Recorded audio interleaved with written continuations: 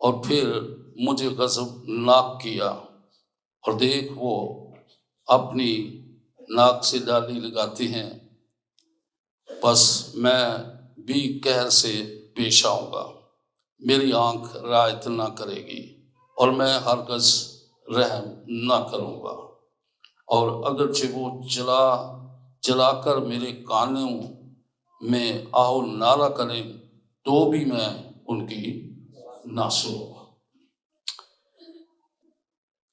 روزہ کی سچائی کے بارے میں جاننا بہت ضروری ہے، کیونکہ روزہ کو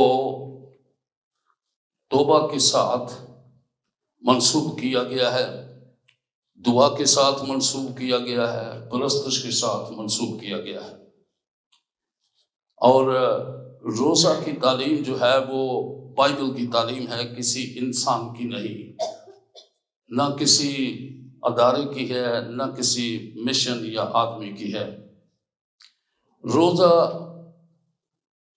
پہلی بار کفارہ کے دن رکھا جاتا تھا، صرف ایک دن اور ایک روزہ، کفارہ کے دن، جس دن گناہوں کی معافی کے لیے قربانی جو ہے وہ دی جاتی تھی، اور اس کے اندر ساری امت یعنی پوری قوم جو ہے وہ شامل ہوتی تھی۔ اس کے بعد نئے عہد کے اندر بھی یہودی جو ہے وہ روزہ رکھتے تھے۔ فریسی خصوصی طور پر اپنے آپ کو وہ راست باز ظاہر کرنے کے لیے روزہ رکھتے تھے۔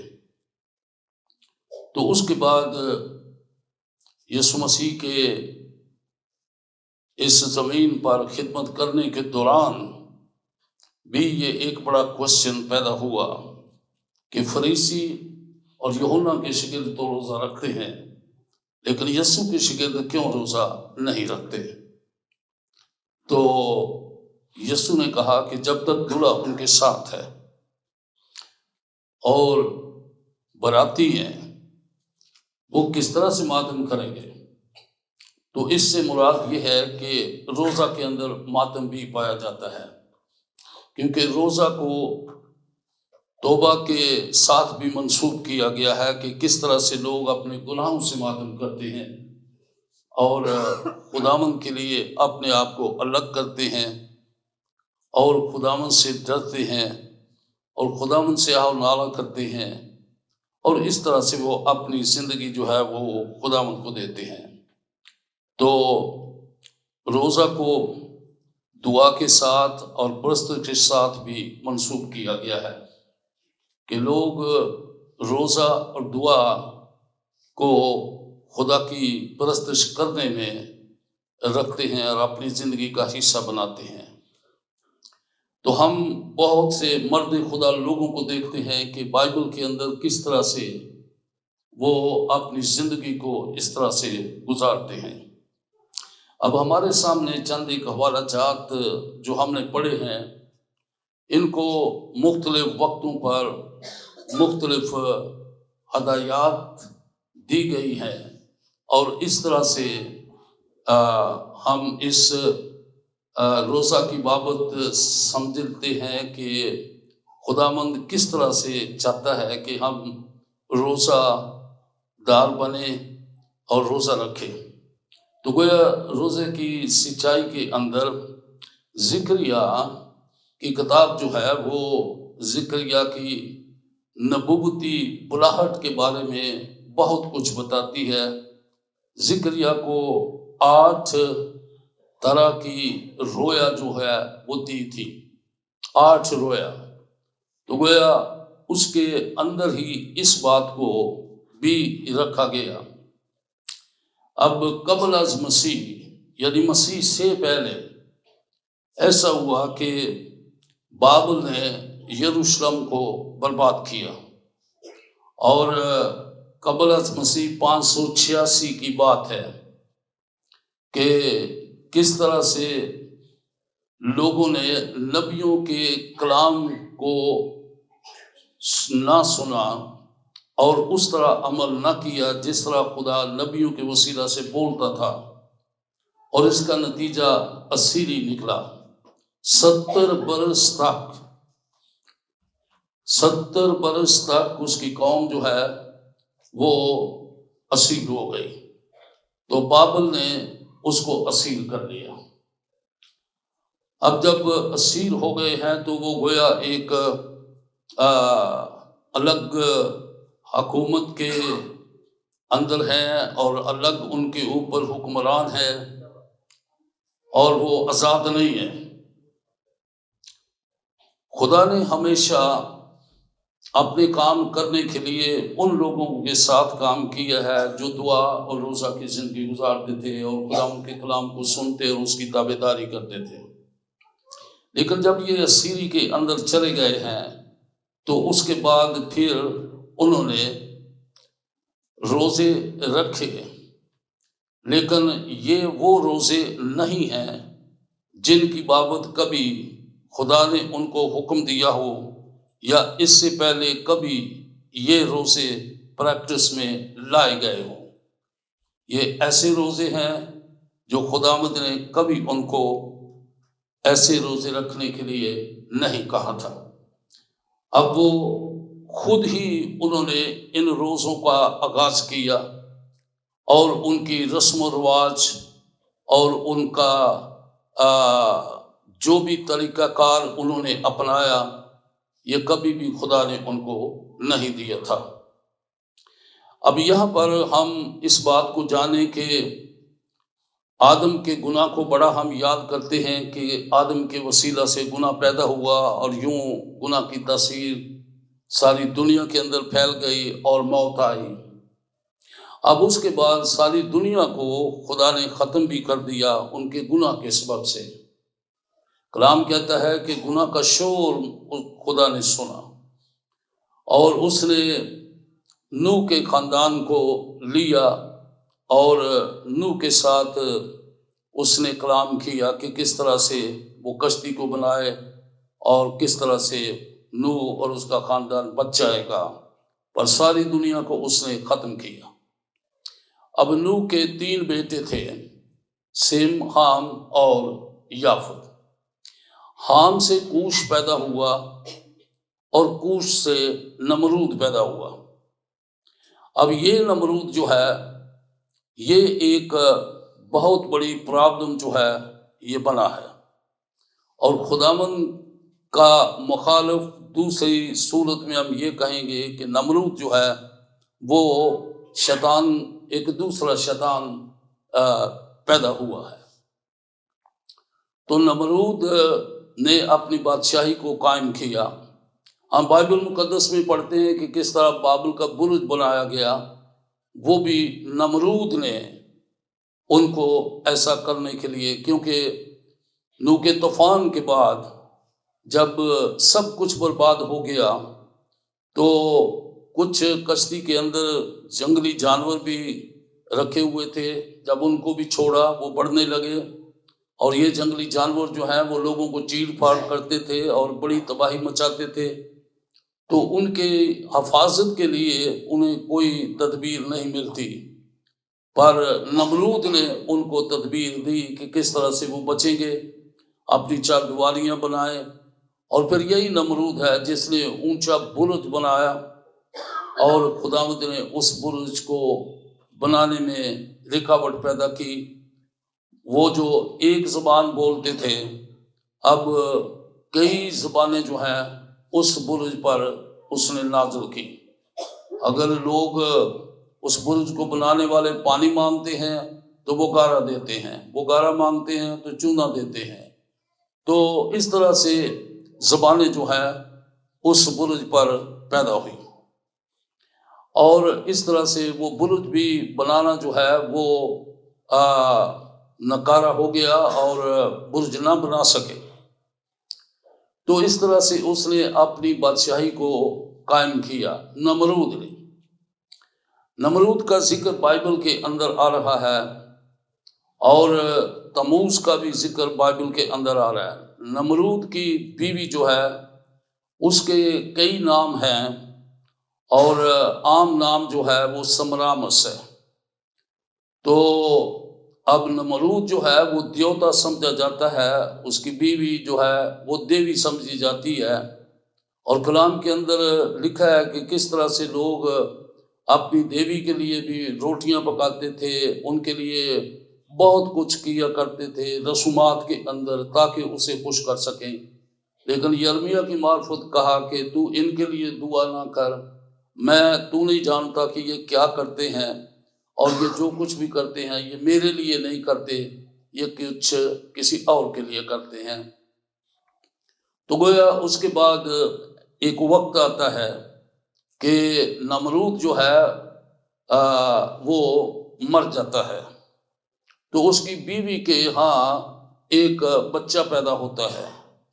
اب مرنے کے بعد شوہر نہ ہو تو بیوی کے بچہ پیدا ہوئے تو پھر ہم لوگ سمجھتے ہیں کہ یہ پتہ نہیں کوئی ایسا گناہ اس عورت نے کیا ہے جس کے سبب سے یہ بچہ پیدا ہوا، پر اس عورت نے سمرامس نے یہ دعویٰ کیا، لوگ پوچھتے تھے کہ یہ بچہ کون ہے، تو وہ کہتی تھی یہ نمرود کی روح میں بچہ پیدا ہو گیا ہے۔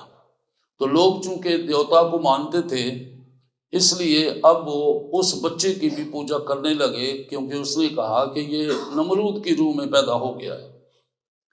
تو نمرود جو ہے وہ 40 سال جو ہے جو بچہ پیدا ہوا تھا اس کا نام تموز رکھا گیا۔ تموز کا معنی یہ ہے نجات دہندہ۔ اب یہاں پر ایک بڑا تصادم ہے کہ یسوع کا نام جو ہے اس کا نام اس لیے رکھا گیا کہ وہ اپنے لوگوں کو ان کے گناہوں سے نجات دے گا۔ اب یہاں بھی ایک عورت ہے کہ اس نے اس کا نام تموز رکھا اور اس کا معنی ہے نجات دینے والا۔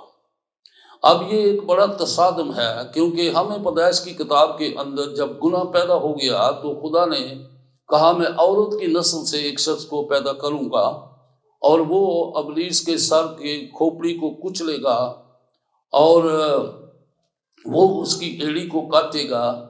تو گویا اس نے کہا عورت کی نسل سے وہ آئے گا۔ اب یہاں ایک دوسری عورت آ گئی ہے تو یہ اس کی نسل سے بھی ایک بچہ پیدا ہو گیا، اس کا مطلب بھی نجات دینے والا ہے، اس کا مطلب بھی نجات دینے والا ہے۔ تو لوگ جو ہیں وہ اب کیا کریں؟ تو اس طرح سے یہ ایک بہت بڑا چیلنج ہے جو مسیحیوں کو اور جو خداوند کے خدمت گزار لوگ ہیں ان کو سمجھنا چاہیے کہ ہمارے سامنے خداوند نے کون سی خدمت رکھی ہے جن سے ہم نے لوگوں کی خدمت کے وسیلہ سے ان کو نجات کا ایک ایسا مقام دکھانا ہے اور تعلیم دینی ہے تاکہ وہ ان لوگوں سے نکل آئیں جو لوگ گناہ کے اندر زندگی گزارتے ہیں۔ تو گویا اب دو عورتیں ہیں، تو اسی طرح سے آپ سمجھیں کہ عورت جو ہے اس کو بائبل کے اندر جہاں کنواری کہا گیا ہے تو اس کا مطلب ہے راست باز، تو وہ بھی عورت ہے۔ تو عورت کو کلیسیا کے ساتھ مشابہت دی گئی ہے، آدمی کو مسیح کے ساتھ مشابہت دی گئی ہے۔ تو گویا افسیوں کی کتاب کے اندر بھی پالوس نے کہا یہ بھید تو بہت بڑا ہے، جہاں شوہر اور بیوی کی بات کرتا ہے تو کہتا ہے یہ بھید تو بہت بڑا ہے، یعنی مسیح اور کلیسیا۔ تو اس کا مطلب ہے کہ عورت جو ہے وہ کلیسیا کے رول کو ادا کر رہی ہے اور مرد جو ہے وہ مسیح کے رول کو ادا کر رہا ہے۔ اب یہاں دو عورتیں آ گئی ہیں، دونوں اپنے بچوں کو پیش کر رہی ہیں، تو اس کا مطلب ہے ایک عورت جو ہے یعنی یہ کلیسیا کی مشابہت ہے، دوسری بھی وہ کلیسیا کی مشابہت ہے، تو اس میں سے کون سی جھوٹی ہے اور کون سی سچی ہے؟ تو ہمیں کسی ایک کی طرف جانا ہوگا۔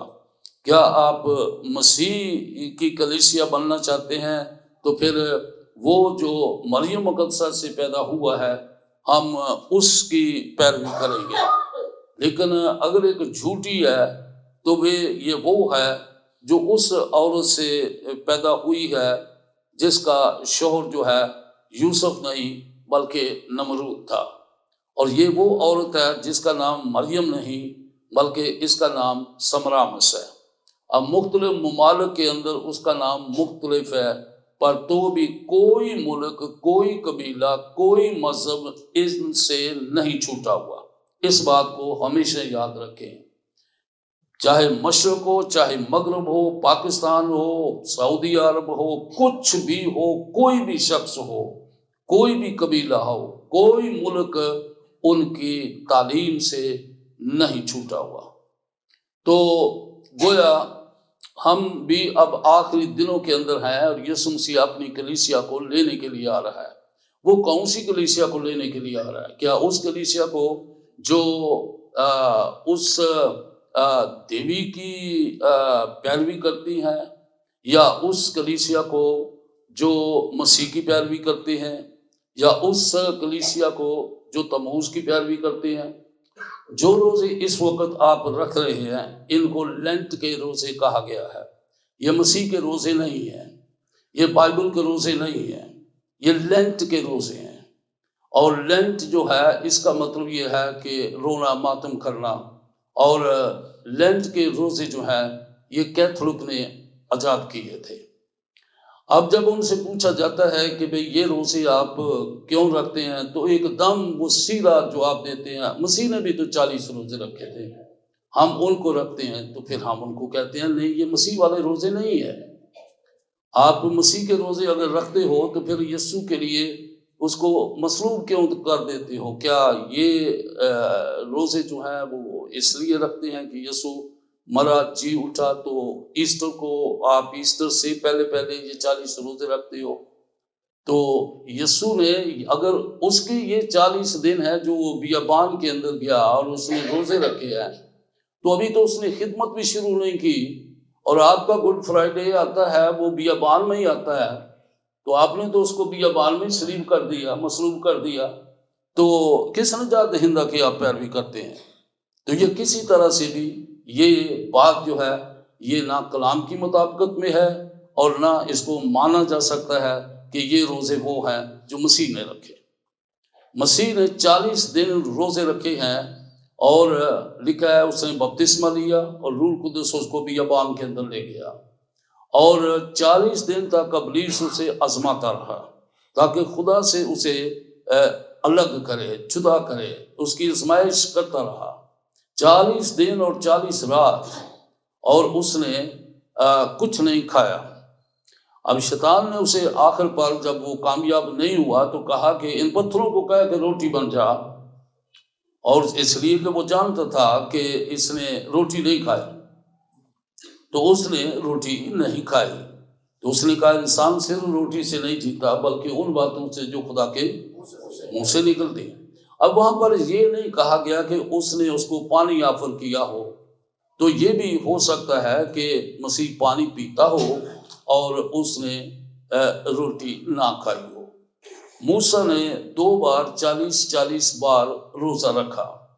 اب موسیٰ جب اس نے روزہ رکھا تو وہ پہاڑ پر خداوند کے ساتھ تھا، تو گویا دوسری بات ہم یہ بھی سمجھتے ہیں کہ وہ ابدیت کے اندر تھا، وہ وقت کے اندر نہیں ہے۔ نیچے جو اس کے لوگ ہیں وہ تو انتظار کرتے ہیں، ابھی تک موسیٰ آیا نہیں ہے، لیکن موسیٰ جو ہے وہ وقت کی زد میں نہیں تھا، وہ ابدیت کے اندر ہے۔ خداوند اس کے ساتھ ڈیل کر رہا ہے، اس کو آسمان کھول کر سب کچھ بتا رہا ہے، اس کو خیمہ اجتماع کی ساری نقشہ بندی دے رہا ہے، اس کے ساتھ بڑی باتیں کر رہا ہے، شریعت قوم کے لیے اس کو دے رہا ہے۔ جب خدا کے لوگوں نے نبیوں کی باتوں کو قبول نہ کیا تو اس کی زد میں آ کر ان کو یہ سزا ملی کہ 70 برس وہ اسیری میں چلے گئے۔ اب وہاں پر جو وہ روزہ رکھتے تھے وہ ایسے روزے ہیں کہ انہوں نے خدا کے روزے نہیں، یہ انہوں نے خود اپنے لیے روزے شروع کر دیے ہیں۔ ہمیں بائبل کے اندر مختلف روزے آتے ہیں۔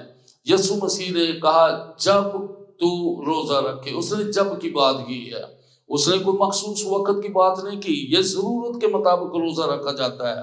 مثلا آستر جو ہے قوم کے اندر اس کو قتل کر دینے کا فتویٰ آ گیا ہے، لیکن جو آستر ہے وہ بادشاہ کے گھر میں اس کی بیوی ہونے کے لیے پہنچائی گئی ہے، اور اس پر یہ بات آ رہی ہے کہ تو بادشاہ کو کہے کہ کسی طرح سے یہ حکم جو ہے وہ واپس لے لیا جائے، تو لیکن اس نے کہا میں تو کروں گی، 3 دن میں روزہ رکھوں گی، لیکن ساری قوم جو ہے وہ بھی روزہ رکھے، تو 3 دن کا روزہ جو ہے وہ ساری امت کو ساتھ لے کر، یہودیوں اور اسرائیل کو ساتھ لے کر اس نے روزہ رکھا۔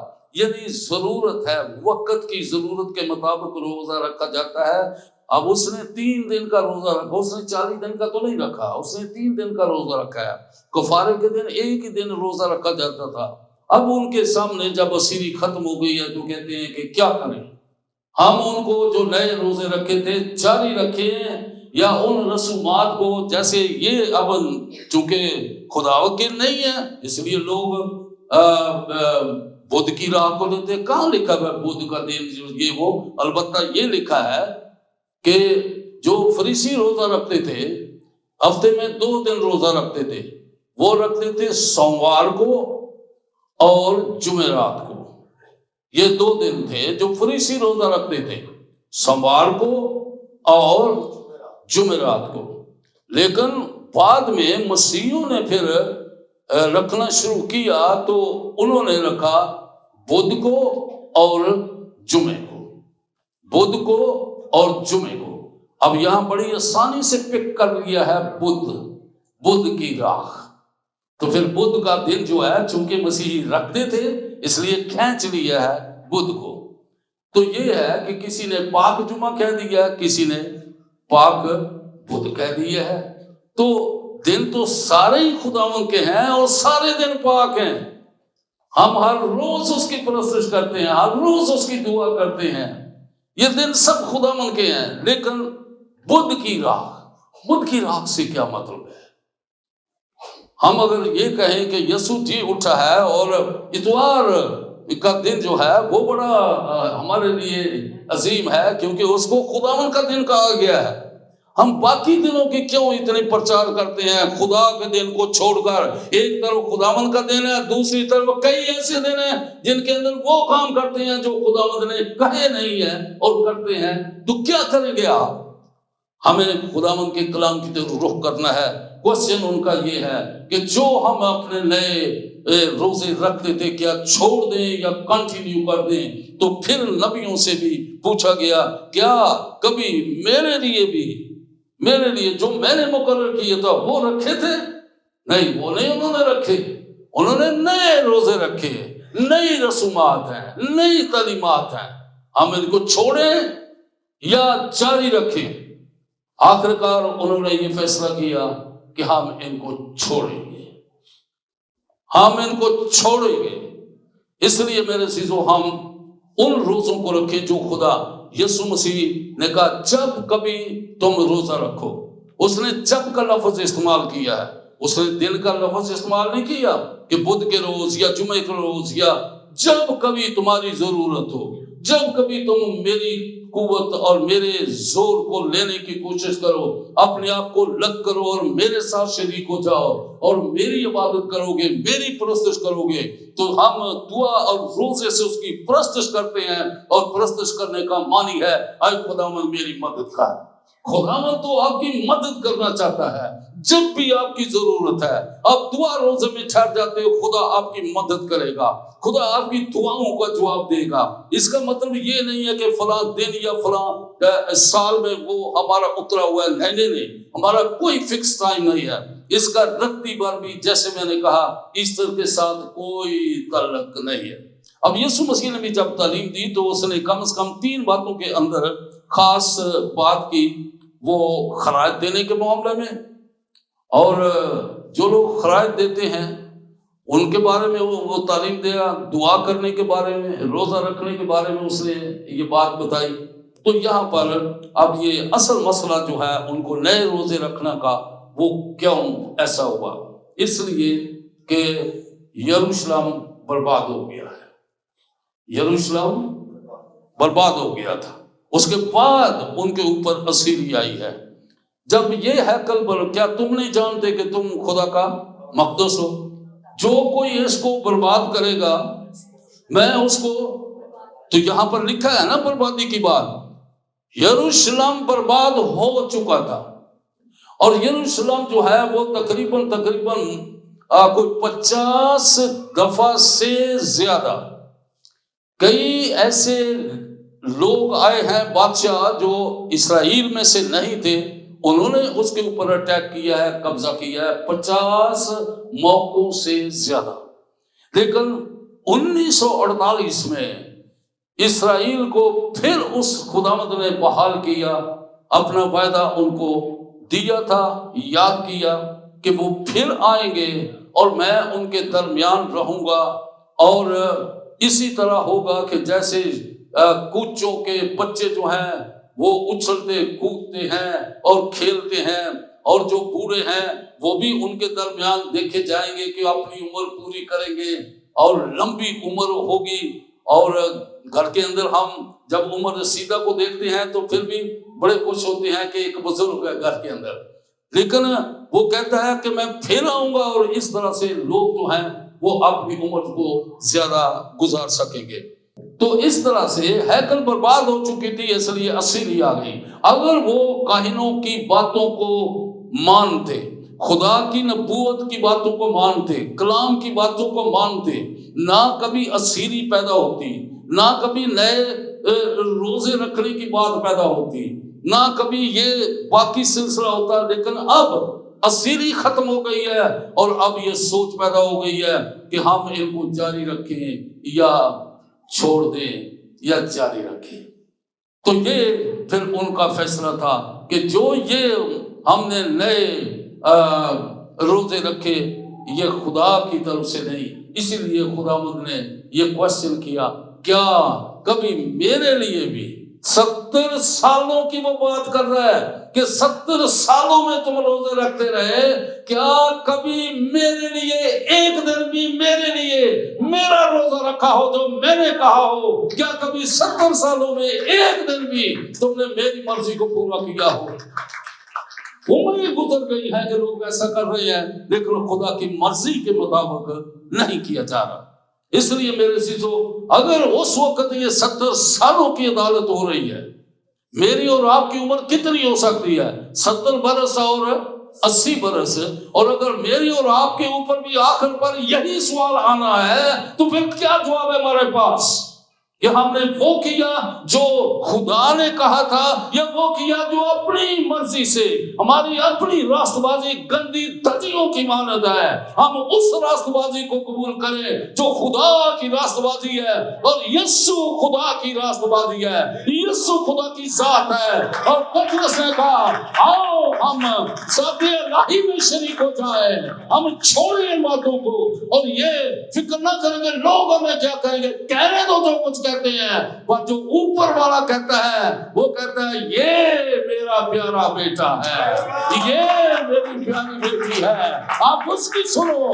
جو آپ کو پیدا کرنے والا ہے، جو ہمارا خالق ہے، ہم اس کی مخلوق ہیں، ہم نے اس کے کلام کو پورا کرنا ہے. اور خدا نے زکریا کی معرفت اس قوم کو پھر میسج دیا. انہوں نے کہا کہ اب وقت آ گیا ہے کہ میں یروشلم کو بحال کروں گا، میں یروشلم کے اندر آ جاؤں گا. پھر لوگ جو ہیں وہ آپ کو دیکھیں گے اور یہ جانیں گے کہ آپ واقعی خدا کے لوگ ہو. اور یہاں تک بھی پھر کہا گیا کہ وقت آئے گا کہ ایک یہودی کو لوگ چونکہ دیکھیں گے کہ یروشلم میں کتنی رونق آ گئی ہے، کتنی بحالی ہو گئی ہے، اس لیے کہ ہم خدا کی سننے والے بن گئے ہیں. میرے عزیزو، جب آپ خدا کے کلام کو سننے والے بن جاؤ گے آپ کو بحالی ملے گی، روحانی بحالی ملے گی، جسمانی بحالی ملے گی. آپ لوگ خدا کی آپ کی عزت اور قدر کریں گے. اور اتنی قدر بڑھا دی کلام کے اندر لکھا ہے کہ ایک آدمی، اگر آپ 7واں باب جو آپ نے پڑھا ہے اس کو آگے 14 آیات ہے اس کی، سارے باب کو اگر آپ پڑھیں گے تو 8ویں آیت سے لے کر آگے 16ویں آیت تک لکھا ہے وہاں پر کہ کس طرح سے خدا نے ان کو یہ اس طرح کا مقام دیا ہے کہ ایک یہودی کے پیچھے 10 آدمی آئیں گے. چلو چلیں یروشلم کے اندر اس کی رونق کو جا کر دیکھیں. ایک آدمی یہودی کو پکڑیں گے اور کہیں گے ہم تیرے ساتھ جائیں گے کیونکہ ہم نے سنا ہے کہ خدا تمہارے ساتھ ہے اور وہ خدا آپ کی سنتا ہے، اس لیے ہم آپ کے ساتھ جائیں گے. میرے عزیزوں، قومیں پھر ان کو، یہ غیر قومیں جتنی اب یروشلم کو دیکھ کر، وہ ان کاموں کو دیکھ کر غیر قومیں بھی خدا کی طرف رجوع لائیں گے. بہت سے لوگ ہیں جو خدا کی طرف رجوع لائیں گے، لیکن پرابلم یہ ہے کہ آپ وہ کر رہے ہیں جو خدا نے آپ کو کہا نہیں ہے۔ جو تموز تھا وہ 40 سال زندہ رہا ہے۔ تموز جو تھا وہ لڑکا جو پیدا ہوا نمرود کے بعد، وہ 40 سال زندہ رہا ہے۔ اب اس کا ایک دن جو ہے سال کے اندر ایک دن، سال اس کی عمر جو ہے وہ چونکہ 40 سال ہے تموز کی، اور ایک سال کے بدلے ایک دن اور 40 سالوں کے بدلے یہ ہیں وہ 40 دن جو لینٹ کے ہیں جن کے اندر وہ ماتم کرتے ہیں۔ اور یہاں پر ہم نے حزقیل کی کتاب پھر نکالیں، جائیں حزقیل اس کا 8واں باب، اور وہاں پر کس طرح سے ہم پڑھتے ہیں اس کی 14ویں آیت میں وہاں لکھا ہے، تب وہ مجھے خداوند کے گھر کے شمالی پھاٹک پر لایا، اور کیا دیکھتا ہوں کہ وہاں عورتیں بیٹھی تموز پر نوحہ کر رہی ہیں۔ کس پر نوحہ کر رہی ہیں؟ یہ بائبل کا لفظ ہے نا، اس شخص کو بائبل کے اندر ڈسکس کیا گیا ہے، نمرود کو ڈسکس کیا گیا ہے، تموز کو ڈسکس کیا گیا ہے، لیکن کلیسیاؤں کے پاس یہ یا معیار نہیں، یا تعلیم نہیں، یا اس سچائی سے واقف نہیں، یا سچائی کو سمجھنا نہیں چاہتے، اور یہ باتیں کیوں کر نہیں لوگ جانتے، کیوں کر لوگ تموز کے بارے میں نہیں جانتے، کیوں کر لوگ نمرود کے بارے میں نہیں جانتے؟ ہمیں جاننے کی ضرورت ہے۔ یہ تموز جو ہے لکھا ہے کہ عورتیں بیٹھی وہ کیا کر رہی ہیں؟ وہ تموز پر نوحہ کر رہی ہیں، تموز پر رو رہی ہیں، چلا رہی ہیں، کاش کے تموز آ جائے ہمارا نجات دہندہ، ہم کو یہ دے دے وہ دے دے۔ وہ نوحہ کر رہی ہیں تموز کے لیے، وہ بیٹھی تموز کے لیے نوحہ کر رہی ہیں۔ تب اس نے مجھے فرمایا، اے آدم زاد، کیا تو نے یہ دیکھا ہے؟ تو ابھی ان سے بھی بڑی مکروہات دیکھے گا۔ یعنی خدا نے یہ پسند نہیں کیا، اس نے کہا یہ اتنا بڑا گناہ تو نے دیکھا ہے، تموز کی پرستش کر رہی ہے، تموز پر رو رہی ہے، تو ان سے بھی بڑے بڑے مکروہات دیکھے گا۔ اور ان سے آگے چل کر اس نے کہا، پھر وہ مجھے خدا کے گھر کے اندر لے گیا، اور وہاں پر اندرونی صحن میں لے گیا، اور کیا دیکھتا ہوں کہ خداوند کی ہیکل کے دروازہ پر آستانہ اور مذبح کے درمیان تقریباً 25 شخص ہیں، جن کی پیٹھ خداوند کی ہیکل کی طرف ہے، اور ان کا منہ مشرق کی طرف ہے، اور مشرق کا رخ کر کے آفتاب کو سجدہ کر رہے ہیں۔ ہیکل میں بیٹھ کر منہ ان کا کس طرف ہے؟ آفتاب کی طرف، پیچھا ان کی کس طرف ہے؟ ہیکل کی طرف، لیکن منہ ان کا آفتاب کی طرف ہے۔ تو سٹڈی کے اندر یہ ہے کہ نمرود نے ایک آسمان کی طرف بڑا چمکتا ہوا کوئی چیز دیکھی، جو اس نے اس کو دیکھا، اس کے نزدیک آیا اور دیکھا کہ یہ ایک چمکتا ہوا تاج ہے، اور یہ سونے کا ہے، اور اس نے کہا کہ یہ سونے کا تاج جو ہے یہ میرے لیے ہے، اور اب میں اس کو پہنوں گا۔ تو اس سورج کی روشنی اس کے اوپر پڑ رہی ہے، تو گویا وہ اس طرح سے اپنے آپ کو سورج دیوتا جو ہے اس نے اپنے آپ کو قائم کیا اس تاج کے ساتھ جو سورج کی روشنی سے اس کو نظر آیا، اور اس طرح سے اس سورج دیوتا کی پرستش جو ہے وہ کرتے ہیں۔ آگے تموز کی پرستش، تو عورتیں جو ہیں وہ نوحہ کر رہی ہیں تموز کے لیے۔ اب اس کے بعد اس نے دوسرا ایک حصہ دکھایا کہ کس طرح سے 25 آدمی ہیکل کے اندر وہ آفتاب کی وہ پوجا کر رہے ہیں، ان کا منہ جو ہے وہ سورج کی طرف ہے، ان کی پیٹھ جو ہے وہ مذبح کی طرف ہے۔ تو اس طرح سے خداوند نے ایسے لوگوں کو دعا، آدمی بہت سے مسیحی ہیں، ہیکل کے اندر بھی ہیں، پوزیشن بھی رکھتے ہیں، بہت کچھ کرتے ہیں، لیکن کام وہ کر رہے ہیں جن کو خدا نے کبھی کہا نہیں ہے۔ اگرچہ کہا ہوا ہے پر اس طرف آتے نہیں ہیں، اس طرف آتے نہیں ہیں۔ یہ ہے ہمارے روزہ کی میرے عزیزوں ایک